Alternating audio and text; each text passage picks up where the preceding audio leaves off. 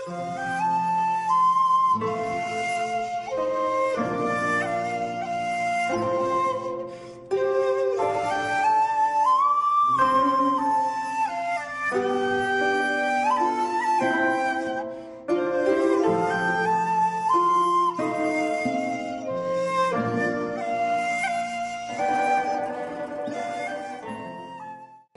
ఊరిలో నాగయ్య, జానకి అనే తట్టలు బుట్టలు తడికలు అమ్ముకుని జీవించే దంపతులు ఉండేవారు.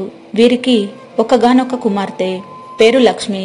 కూతురు తమలాగే కష్టపడకూడదని, మంచి ఆరోగ్యం తెచ్చుకుని గొప్ప జీవితం గడపాలని తమ గుడిసెకు దగ్గరలోని ఊరిలో ఉన్న ప్రభుత్వశాలలో చదివించి ఇప్పుడు ఉన్నత చదువు కోసం పట్నంలో చదివిస్తున్నారు.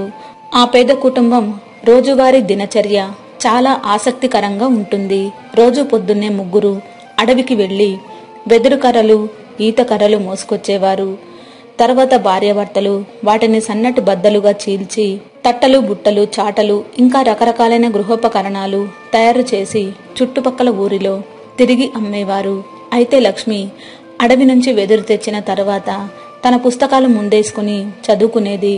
కొంచెం పొద్దెక్కుతుందనగానే చకచక జొన్నలతో ముగ్గురికి అన్నం వండి కూర చేసి తాను తిని మధ్యాహ్నం కోసం ఒక చిన్న డబ్బాలో అన్నం కట్టుకుని దారి ఖర్చులకు కొంత డబ్బు తీసుకుని తమ గుడిసెకు 2 క్రోసుల దూరంలో ఉన్న ఊరికి వచ్చే బస్సులో పట్నం వెళ్లి చదువుకుని సాయంత్రం బస్సుకు తిరిగొచ్చేది. తట్టలమ్మ తట్టలు, చాటలు, దువ్వెళ్ళు, వెదురు బుట్టలు, గంపలు, జల్లెళ్ళు, కుర్చీలు, తడికలు. అరే నాగయ్య, తట్టలు బుట్టలు బాగానే తయారు చేస్తున్నట్టున్నావు. వ్యాపారం బాగానే జరుగుతున్నట్టుంది. అయినా చేతిలో అంత మంచి విద్య ఉన్నోడివి. నువ్వు చెట్టు కింద కూర్చున్నా హాయిగా బతకొచ్చురా. అది సరేగాని నీతో చిన్న పని పడిందిరా. మన పడ్డ పెద్ద వర్షానికి మా ఎడ్ల కొట్టం గోడ ఒకవైపు కూలిపోయిందిరా. అసలే మొండి గోడ అంటే అది ఇప్పుడు శాంతం కూలిపోయింది. ఇప్పుడు ఆ కూలిపోయిన గోడ మందం ఒక తడికల్లాలిరా. నువ్వు అందరి దగ్గర తీసుకున్నట్టే నా దగ్గర కూడా డబ్బులు తీసుకోరా. అవును, ఇంతకీ ఏ తడికి గట్టిగా ఉంటుందిరా? వెదురా లేకపోతే ఈత బద్దలతో గట్టిగా ఉంటుందా? నన్ను అడిగితే వెదురు తడికైతేనే కొంచెం గట్టిగా ఉంటుంది గోపయ్య గారు. కాకపోతే ఒక 2 రోజులు ఓపిక పట్టండి. ఈ మాలంతా అమ్ముడు పోయాక మీకోసం అడవికి పోయి బద్ద తీసుకొస్తా. రేపు పందెలు పడిపోతున్నా. దేవుడి దయ వల్ల మాలంతా అమ్ముడుపోయిందనుకోండి, ఎల్లుండే మీ తడికి మొదలు పెడతా. నేను వెళ్ళొస్తా గోపయ్య గారు. తట్టలమ్మ తట్టలు, చాటలు, దువ్వెళ్ళు, వెదురు బుట్టలు, గంపలు, జల్లెళ్ళు, కుర్చీలు, తడికలు. ఏమయ్యా, ఎందుకు అనవసరంగా ఆ గోపయ్య గారి పని ఒప్పుకున్నావు? ఆయనకు ఇంతకు ముందు కూలి పనులు కావాలని 10 బుట్టలు అల్లించుకుని సగం డబ్బులు ఇంతవరకు ఇవ్వనేలేదు. ఇప్పుడు మళ్లీ తడిక అల్లమంటున్నాడు. ఆయన నమ్మే రకం కాదు. నా మాట విని గోపయ్య గారి తడిక పని పెట్టుకో. మాకు ఎందుకు మనకు లేనిపోని తంట? నాకు ఆ గోపయ్య గారి సంగతి ముందే తెలిసే పిచ్చి మొఖమా. ఇంతకు ముందు ఇవ్వాల్సిన డబ్బులే ఇంతవరకు ఇవ్వలేదు. ఆ విషయం నాకు తెలియదనుకున్నావా? నేను తడికల్నని మొహం మీదనే చెప్పానుకో, ఎక్కడ బాధపడతాడోనని 2 రోజుల తర్వాత అని చెప్పా. మళ్లీ ఇప్పట్లో ఈ ఊరికి ఎలాగూ రాము కదా. ఒకవేళ వచ్చినా ఈ బజార్కి రాకుండా ఉంటే సరిపోద్ది. అవునే జానకి, అమ్మాయి పట్నం నుండి వచ్చే సమయం అయినట్టుంది. ముందు నేను గుడిసె దగ్గరికి పోయి అమ్మాయి కోసం వెళ్లి తీసుకొస్తా. ఆ బస్సు ఆగేది ఇక్కడ అక్కడ కాదాయా, ఆ చింతలతో పోరికి పోవాలే. సరే, నీ ఇంటికి పోతున్నా గాని నువ్వు దేవుడుగుడి బజార్కి వెళ్లి అటునుంచి తూర్పు బజార్ కూడా తిరిగి గుడిసెకాడికి రా. అట్లే వచ్చేటప్పుడు దారిలో కూరగాయలు ఏమనుంటే పట్టుకురా.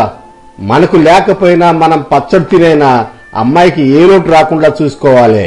అలా నాగయ్య భార్యను ఇంకో 4 బజార్లు తిరిగి తట్టలు అమ్ముకుని రమ్మని చెప్పి తాను పట్నంలో చదువుకుని బస్సులో ఇంటికి వచ్చే కూతురుని వెంట పెట్టుకురావడం కోసం బడిబడిగా తమ గుడిసె వద్దకు చేరుకుని తట్టబుట్ట గుడిసెలో దాచిపెట్టి 2 క్రోసుల దూరంలో ఉన్న చింతల తోపు వైపు బయలుదేరాడు. యారా నాగయ్య, అమ్మాయి కోసం పోతున్నావా? రోజు అడకెళ్ళని అంత దూరం నడిపించకపోతే ఆ చింతోప్ప దగ్గరనే గుడిసేసుకుని ఉండొచ్చు గారా. ఆయన బుట్ల తట్ల మీద డబ్బులు బాగానే సంపాదిస్తున్నా గారా. ఇట్లా గుడిసెలో ఉండే బదులు ఏదన్నా కూర్లో అద్దెలు తీసుకోవచ్చు కదరా. అసలే లోకం బాగలేదు. పిల్ల చక్కటి చొక్క పెళ్లికి వచ్చింది. అట ఒక్కదాన్ని పంపించమాకరా. నేను ఎందుకు చెప్తున్నానో జాగ్రత్తగా ఆలోచించుకో. నాకు కూడా ఎక్కడన్నా ఒక గది అద్దెకు తీసుకుందామనే ఉంది లచ్చయ్య గారు. కాకపోతే చేతిలో పైసా మిగలటం లేదు. ఒక రోజంతా అడవికి వెళ్లి కర్ర తేవడానికి సరిపోతుంది. ఇంకో రోజు అల్లకానికి సరిపోతుంది. ఇంత కష్టపడి బుట్టలు తయారు చేసి ఊరి మీదకి పోతే కొనేవాళ్లు కరువయ్యారు లచ్చయ్య గారు. దీనికి తోడు ఈ ఏడు పంటలు సరిగా లేవాయే. జనాల దగ్గర డబ్బులు లేక విలువెల్లాడుతున్నారు. చూస్తా 4 డబ్బులు కూడబెట్టి పిల్ల కోసమైనా ఇల్లు అద్దెకు తీసుకుంటానండి. అమ్మాయి వచ్చేటట్టుంది. నేను వెళ్తానండి. ఇంకా చాలా దూరం పోవాలి. అలా నాగయ్య నడుచుకుంటూ చింతలతోపు వద్దకు వెళ్లాడు. చింతలతోపు అనేది ఆ చుట్టుపక్కల ఉన్న గ్రామాల కంటే కొంచెం ఎక్కువ జనాభా ఉన్న ఊరు. గ్రామం నిండా ఎక్కడ పడితే అక్కడ చింత చెట్లు ఉండటం వలన దానికి చింతలతోపు అని పేరు వచ్చింది. ఆ ఊరి రహదారి బాగుండటం వలన ఒక ప్రైవేటు బస్సు ఆ ఊరి వచ్చి పట్నం వెళుతుండేది. చుట్టుపక్కల ఊరి వాళ్ళు, పట్నంలో పనిపడ్డ వాళ్ళు చింతలతోపు వచ్చి బస్సు ఎక్కేవాళ్లు. అలా నాగయ్య బస్సు కోసం ఎదురు చూస్తున్నాడు. ఇంతలో దుమ్ము లేపుకుంటూ బస్సు వచ్చింది. లక్ష్మి, ఏందమ్మా ఈ రోజు బస్సు బాగా ఆలస్యమైనట్టుంది. రోజు ఈ పాటికే ఇంటికి పోయేవాళ్లం. పద పద, పొద్దుగూకుతుంది. ఇంటికాడికి అమ్మొచ్చుంటది. ఆ పుస్తకాలు నాకి నీ పట్టుకొస్తా. నాన్న, ఈరోజు ఏమి జరిగిందో తెలుసా? పట్నం నుండి బస్సు బయలుదేరింది. సరిగ్గా పానకాల స్వామి గుట్ట దగ్గరకు రాగానే ఉన్నట్టుండి బస్సు చక్రాలకు గాలిపోయింది. దాంతో బస్సు నడిపే ఆయన లోపల ఉన్నోళ్ళందరినీ కిందకి దిగమన్నాడు. ఎంతో కష్టం మీద ఇంకో మంచి చక్రం పెట్టాడు. అందుకని ఇంత ఆలస్యమైంది నాన్న. సర్లే తల్లి, ఏదో ఆ దేవుడి దయ వల్ల మంచిగానే వచ్చావు. అవును తల్లి, పట్నంలో నీ బడి ఇంకా ఎన్ని రోజులకి అయిపోద్దమ్మా? అయిపోయిన తర్వాత ఏం కొనవచ్చుద్ది? కలకటేరు కొనవచ్చుద్దా తల్లి? నీ అమ్మ నేను ఆశలు మొత్తం నీ మీదనే పెట్టుకుని చదివిస్తున్నావు తల్లి. కూలివాడి కొడుకు కూలివాడైనట్టు కాకుండా ఆడపిల్లవైనా నిన్ను గొప్పగా చదివించి పెద్ద నౌక తెచ్చుకోవాలని మా ఆశ తల్లి. నాన్న, మా కళాశాలలో అందరికంటే నేనే మొదటి స్థానంలో ఉన్నాను నాన్న. మా అధ్యాపకులు కూడా నేను గొప్పదాన్ని అవుతానని అంటూ ఉన్నారు. ఎలాగైనా గొప్ప చదువులు చదివి మీ కోరిక నెరవేర్చుతానన్న. మా కళాశాలకు ఇదే ఆఖరి సంవత్సరం. అయితే ఈ సమయంలోనే చాలా పరీక్షలు రాయాలి. ఇంకో వారం రోజులు పరీక్ష రుసుము కట్టాలి. ఆ మన్నాడే పెద్ద ఉద్యోగానికి ముందస్తు పరీక్ష రాయాలి. వాటికి సంబంధించి చాలా పుస్తకాలు కొనాలి. వాటికి ఎంత లేదన్నా 10,000 కావాలి నాన్న. మన పరిస్థితి నాకు తెలుసు. కానీ నా ముందున్న లక్ష్యాన్ని చేరుకోవాలంటే పరీక్షలు రాయాలి. అందులో ప్రథమ స్థానంలో ఉత్తీర్ణత సాధించాలి. ఇదంతా జరగాలంటే 10,000 కావాలి. ఇదే విషయమై నేను రోజు మదన పడుతున్నానన్న. కూతురు ఒక్కసారిగా 10,000 కావాలనేసరికి నాగయ్య గుండె దడదడ, తనకు తెలియకుండానే గుండె శబ్దం వినిపించింది. ఇప్పుడేం చెయ్యాలి? గిరాకీ లేక తట్టలు బుట్టలు అమ్ముడు పోవడం లేదు. వచ్చిన కొద్ది డబ్బుతో ఇన్నాళ్లు కూతురిని పట్నంలో చదివిస్తున్నాను. తనకు ఉన్న ఆస్తి, తనకున్న విద్య, చెట్టు కింద గుడిసే ఇప్పుడు ఉన్నట్టుండి 10,000 ఎక్కడి నుంచి తేవాలి? ఈ విషయం భార్యకు చెబితే తనకన్నా ఎక్కువ బాధపడి కూతురిని చదువు మానేమంటుందేమో. అలా ఆలోచిస్తూ గుడిసెకు చేరుకున్నాడు. అప్పటికే ఇంటికి వచ్చిన భార్య వంట చేస్తుంది. ఏమే లక్ష్మి, ఇలా ఇంత ఆలస్యమైందేమే? రోజు మీ నాన్న తట్టలమ్మటం మాని నీకోసం రావాల్సి వస్తుంది. ఏం చదువో ఏమో, ఉద్యోగం వస్తుందో రాదో గాని ఇక చదివింది చాలే గాని బడి మానేసి నువ్వు కూడా తట్టలల్లడం నేర్చుకోరాదే? ఆ డబ్బులు నీ పెళ్లి కన్నా ఉపయోగపడతాయి. జానకి, నువ్వేం మాట్లాడుతున్నావో నీకు అర్థమవుతుందా? మీ అమ్మ నాన్నకు మా అమ్మ నాన్నకు అక్షర జ్ఞానం లేక, లోకం పోకడ తెలియక, తమ బిడ్డలు తాము చేసే పనులకు వారసులను నమ్మి మనల్ని చదివించకుండా పెంచి పెద్ద చేసి ఇదిగో మనకి తట్లల్లుకోమని బొట్లల్లుకోమని ఈ వృత్తిని ఇచ్చి వెళ్లారు. ఇప్పుడు చూడు, పూట గడవటానికి కూడా మనం ఎంత కష్టపడుతున్నామో. మన తల్లిదండ్రులు చేసిన తప్పే మనం కూడా చేయవద్దు. అందుకే మన కొడుకైనా కూతురైనా మన అమ్మాయేనని లక్ష్మికి మంచి భవిష్యత్తు ఇవ్వాలని చదివిస్తున్నాం. ఒక లక్ష్యం చేరుకోవాలంటే ఎన్నో కష్ట నష్టాలు చవి చూడాల్సి వస్తుంది. అన్ని తెలిసి కూడా తొందరపాటుతో నిగ్రహం కోల్పోయి అమ్మాయి ముందే అలా మాట్లాడితే అది ఎంత బాధపడుతుందో ఆలోచించావా? లక్ష్మి, నువ్వు అమ్మ మాటలను పట్టించుకోక వెళ్లి చదువుకోపో తల్లి. నీ పరీక్షల రుసుం 10,000 నేను ఎలాగోలా సర్దుబాటు చేస్తాను. ఒక్కసారిగా భర్త నోట 10,000 అనగానే భార్యకు మతిపోయినట్టయింది. కూతురు చదువుకోటానికి పక్కకు వెళ్ళగానే అదే విషయం భర్తను అడిగింది. భర్త అన్నీ చెప్పాడు. కూతురు పరీక్ష విషయం మంచి కొలువు కావాలంటే ఎన్నో పుస్తకాలు కొనాలని, ఎన్నో పరీక్షలు ఉత్తీర్ణత సాధించాలని, అందుకోసం 10,000 కావాలని, ఏం చేద్దామని భార్యను సలహా అడిగాడు. ఏమయ్యా, నువ్వు 10,000 అని ఎప్పుడైతే అన్నావో అప్పటి నుంచి నా మెదడు పనిచేయటం లేదు. ఇంకా మీకు సలహాలేం చెప్పగలను? అది చదువుకున్నది చాలంటే నా మీద ఇంతెత్తున ఎగురుపడితిరి. ఇప్పుడు 10,000 ఎక్కడి నుండి తెస్తారు? చేట 5 రూపాయలు అమ్మే మనకు 10,000 అంటే మాటలేనా? అసలు ఇది సాధ్యమేనా? ఒక పని చేయండి, పట్నంలో మీ చిన్నప్పటి స్నేహితుడు రామయ్య అన్నయ్య ఉన్నారుగా, ఒకసారి వెళ్ళి ప్రయత్నం చేయండి. అన్నయ్య మీకు తప్పక సహాయం చేస్తారని నాకు నమ్మకం ఉంది. ఎందుకంటే ఇప్పుడు ఆయన బాగా డబ్బు సంపాదించి మంచి స్థానంలో ఉన్నారు. నువ్వు చెప్పిన సలహా బాగుంది గాని చిన్నప్పుడంటే ఏ అరమెరికలు లేకుండా ఇద్దరం కలిసిమెలిసి ఒకే కంచంలో తిన్నాం, ఒకరి దుస్తులు ఒకరం ధరించాం, ఒకచోటే కలిసి పడుకున్నాం. ఆ వయసులో మనసు స్వచ్ఛమైన పువ్వులా ఉంటుంది. మరి ఇప్పుడు ఇద్దరం పెరిగి పెద్దవాళ్లమయ్యాం, తలా ఒక వృత్తిలో స్థిరపడ్డాం. రామయ్య చదువుకొని మంచి వ్యాపారాలు చేసి బాగా డబ్బు సంపాదిస్తున్నాడు. నా తల్లిదండ్రులు నన్ను చదివించకపోవడంతో మా నాన్న తడికలల్లే ఈ వృత్తిని నాకు వారసత్వంగా ఇచ్చి ఏ రోజుకు ఆ రోజు తిండి కోసం ఎదురు చూసేలాగా చేశాడు. ఇప్పుడు రామయ్యకు నాకు ఎంతో వ్యత్యాసం ఉంది. ఇప్పుడు ఆయన అడగడం ఏం భాగ్యం చెప్పు? అసలు రామయ్య నేను వెళితే మాట్లాడతాడంటావా? ఎందుకండి ఏదో తప్పు చేస్తున్నట్టు బాధపడుతున్నారు? డబ్బు ఊరికనే రాదు, అప్పుగా ఇవ్వమనండి. అవసరానికి అప్పు చేయడం నేరం కాదు. అందులోనూ అన్నయ్య మీ ఇబ్బందిని తన ఇబ్బందిగా భావించే మంచి మనసు కలవారై ఉంటారు. ఇంకేమీ ఆలోచించకుండా వెంటనే పట్నం బయలుదేరండి. భార్య అలా ధైర్యం చెప్పేసరికి నాగయ్యకు తన స్నేహితుడు సహాయం చేస్తాడని నమ్మకం కుదిరింది. ఆ మన్నాడు కూతురుతో కలిసి బస్సులో పట్నం వెళ్లి లక్ష్మిని కళాశాలకు పంపించి తాను చిన్నప్పటి స్నేహితుడు రామయ్య ఇంటికి వెళ్లి తనను తాను పరిచయం చేసుకుని తాను చిన్నప్పటి స్నేహితుడని చెప్పాడు. అరే నాగయ్య, బాగున్నావా? ఎప్పుడో ఎన్నో ఏళ్ల కిందట స్నేహితుడిని గుర్తు పెట్టుకుని వచ్చినందుకు నాకు చాలా సంతోషంగా ఉందిరా.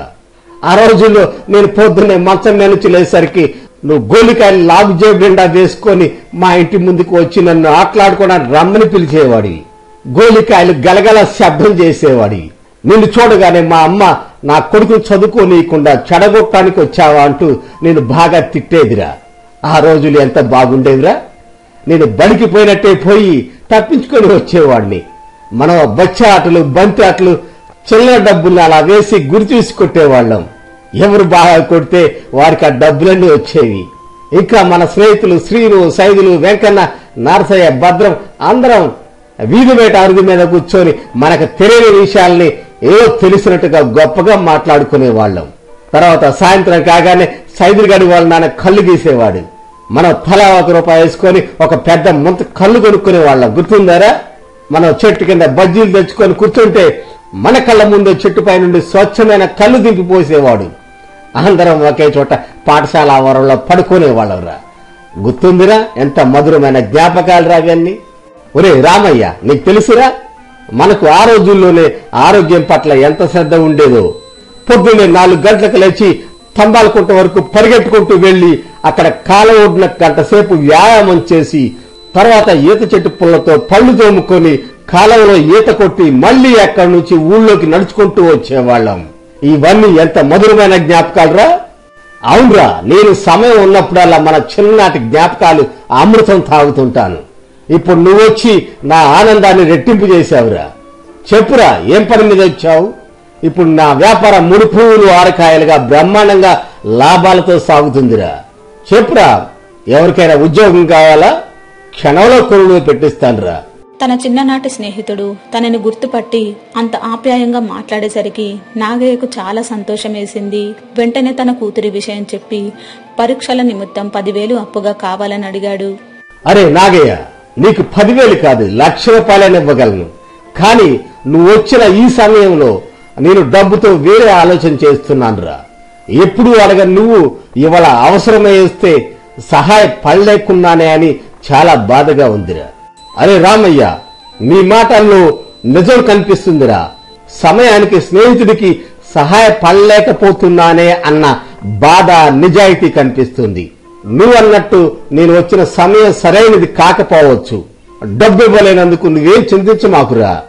కాకపోతే నాదో సందేహం, ఇంత ఆస్తి పడువే నీకు కేవలం 10,000 సర్దటంలో నీకు వచ్చిన ఇబ్బంది ఏంట్రా? అరే నాగయ్య, నేను ఎంతకాలం మా తండ్రి ఇచ్చిపోయిన వ్యాపారమే చేస్తూ వస్తున్నా. ఎందుకో వచ్చిన లాభాలతో ఇంకో కొత్త వ్యాపారం ప్రారంభించాలన్న ఆలోచన వచ్చిందిరా. పెట్టబోయే వ్యాపారంలో లాభాలు దండిగానే ఉంటాయి, కాకపోతే పెట్టుబడే దండిగా కావాలి. ఆ వ్యాపారం కోసం నా దగ్గర ఉన్న ధనమంతా పెట్టుబడిగా పెడదామనుకుంటున్నా. అది సంగతి. సరే, పొద్దుపోయిందిరా, పడుకో, రేపు పొద్దున మాట్లాడుకోవచ్చు. రామయ్య అలా చెప్పి గదిలోకి వెళ్లిపోయాడు. ఆ సమయంలో తన కొడుకు బజారు నుండి వచ్చాడు. అమ్మా, ఈరోజు నా స్నేహితులంతా ఒక విషయం మీద చర్చ పెట్టాం. అదేంటంటే కర్ణుడికి దుర్యోధనుడు బాగా సాయం చేశాడు, అలాగే శ్రీకృష్ణుడు కుచేలుడికి చాలా డబ్బిచ్చి సహాయపడ్డాడు. వీళ్ళ ఇద్దరిలో ఎవరి సాయం గొప్పదమ్మా? దుర్యోధనుడిదా, శ్రీకృష్ణుడిదా? మా స్నేహితులంతా ఎవరి సాయం గొప్పదో తెలియక తికమక పడుతున్నారు. అమ్మమ్మ చెప్పమ్మా, ఇద్దరిలో ఎవరి సాయం గొప్పది? నాయనా, ఈ రోజుల్లో యుక్త వయసు వచ్చిన కుర్రవాళ్లంతా రకరకాల వ్యామోహాల్లో పడి తమ భవిష్యత్తు నాశనం చేసుకుంటున్నారు. నువ్వు మాత్రం ఎంతో విలువైన మంచి విషయాలు తెలుసుకుంటున్నావు. అందుకు నాకు చాలా సంతోషంగా ఉంది నాయనా. చెబుతా విను. ప్రపంచంలో అన్నిటికన్నా గొప్పది వ్యక్తుల ఆలోచన విధానం. అవసరాన్ని బట్టి కొందరు ధనం, కీర్తి, ప్రతిష్ట, పలుకుబడి అన్నీ అనుకుని భ్రమపడతారు. కానీ నాకు మటుకు అన్నిటికన్నా స్నేహం గొప్పదనిపిస్తుంది. కర్ణుడి పట్ల దుర్యోధనుడి స్నేహంతో పూర్తి స్వార్థం ఉంది. అతడి తన శత్రువైన అర్జునుడికి పోటీ అని నమ్మి అంగరాజుగా పట్టాభిషేకం చేశాడు. ఇక కృష్ణుడు కుచేలుడు చేసిన సాయంలో ఆవగింజ కూడా స్వార్థం లేదు. కుచేలుడు తనకు తానే అడగకుండానే శ్రీకృష్ణుడు అతనికి ధనం, గొప్ప భవనాలు ఇచ్చి తన స్నేహానికి బన్నె తెచ్చుకున్నాడు. స్నేహమంటే మిత్రుడి కష్టాన్ని తెలుసుకుని సహాయపడటం నాయన. నా దృష్టిలో శ్రీకృష్ణుడిదే నిజమైన స్నేహం. భార్య కొడుకుకు చెబుతున్న స్నేహధర్మం బాగా ఆలోచింపజేసింది. చిన్ననాటి స్నేహితుడు తనని వెతుక్కుంటూ వచ్చి సహాయం అడిగితే లేదు అని చెప్పడం సరైనది కాదు, అనుగ్రహించాడు. మర్నాడు నాగయ్య లేవగానే ఒక సంచిలో డబ్బు కట్టలు తీసుకుని స్నేహితుడి వద్దకు వచ్చాడు. అరే నాగయ్య, నిన్న నేను డబ్బు వీలు కాదు అన్నందుకు నన్ను క్షమించురా. అసలు ఈ సమస్య ముందు కొత్తగా పెట్టాలనుకున్న నా వ్యాపార ఆలోచన చాలా చిన్నదిరా. నేను పెట్టాలనుకునే కొత్త వ్యాపారం తర్వాత ఇంకెప్పుడైనా ప్రారంభిస్తాను. ఇప్పటికిప్పుడు కొంపల మునిగిపోయేదేమి లేదు. కానీ నీ అవసరం చాలా ముఖ్యమైనదిరా. అమ్మాయి చదువు చాలా ముఖ్యం. ఇదిగోరా, ఈ డబ్బు సంచి తీసుకో. అందులో ఎంతుందో లెక్కే పెట్టలేదు. త్వరగా తీసుకుపోయి నీ కూతుర్ని బాగా చదివించు. ఉద్యోగ ప్రయత్నంలో ఇంకా నా సహాయం కావాలంటే ఎంతైనా చేస్తానురా. అరే, నిన్ను ఒక్కటి అడగాలనుందిరా, కాదనకు. మన స్నేహం ఇలాగే కలకాలం కొనసాగాలంటే అందుకోసం నిన్న కోరిక కోరదాం అనుకుంటున్నానురా. అదేంటంటే నీ కూతురు నా కోడలిగా చేసుకోవాలని ఉందిరా. నీ నిర్ణయం ఇప్పుడే కాదులేరా. ఇంటి దగ్గర అమ్మాయి నువ్వు కూర్చొని ఆలోచించుకున్న తర్వాత చెప్పు నాకు. తన స్నేహితుడు డబ్బు సహాయం చేయడమే కాకుండా తన కూతురిని తన కోడలిగా చేసుకుంటా అన్నందుకు ఎంతో సంతోషించాడు. డబ్బు ఉంటేనే స్నేహం, బంధాలు, బంధుత్వాలు నిలబడవని ఈ రోజుల్లో రామయ్య లాంటి గొప్ప స్నేహితుడు తనకు ఉన్నందుకు పొంగిపోయాడు. తిరిగి గుడిసెకు చేరుకుని భార్యకు జరిగింది చెప్పాడు. భార్య చాలా సంతోషించింది. కొంతకాలానికి కూతురు బాగా చదువుకుని కలెక్టర్ ఉద్యోగం సంపాదించుకుని అదే ప్రాంతానికి వచ్చింది. తరువాత రామయ్య కొడుకుకి తన కూతురునిచ్చి ఘనంగా వివాహం చేశాడు. మీకు మా ఛానల్లోని స్టోరీస్ అన్ని నచ్చినట్లయితే లైక్ చేయండి, షేర్ చేయండి, సబ్స్క్రైబ్ చేయండి. అందరికీ థ్యాంక్ యూ అండి.